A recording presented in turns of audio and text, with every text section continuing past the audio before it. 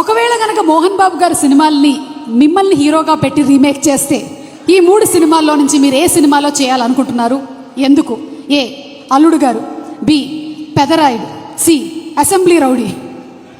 Assembly rowdy. ఎందుకు?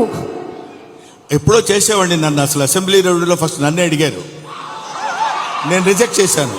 ఎందుకంటే అది పూర్ సబ్జెక్ట్, దాని గురించి పెద్ద మనకెందుకు అనుకున్నాను.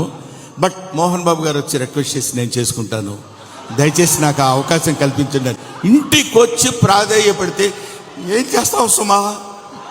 సార్, దీని వెనకాల ఇంత కథ ఉందా? ఇప్పటి వరకు మాకు తెలియలేదు. యమదొంగలో కూడా ముందుగా మిమ్మల్ని అనుకున్నారంట.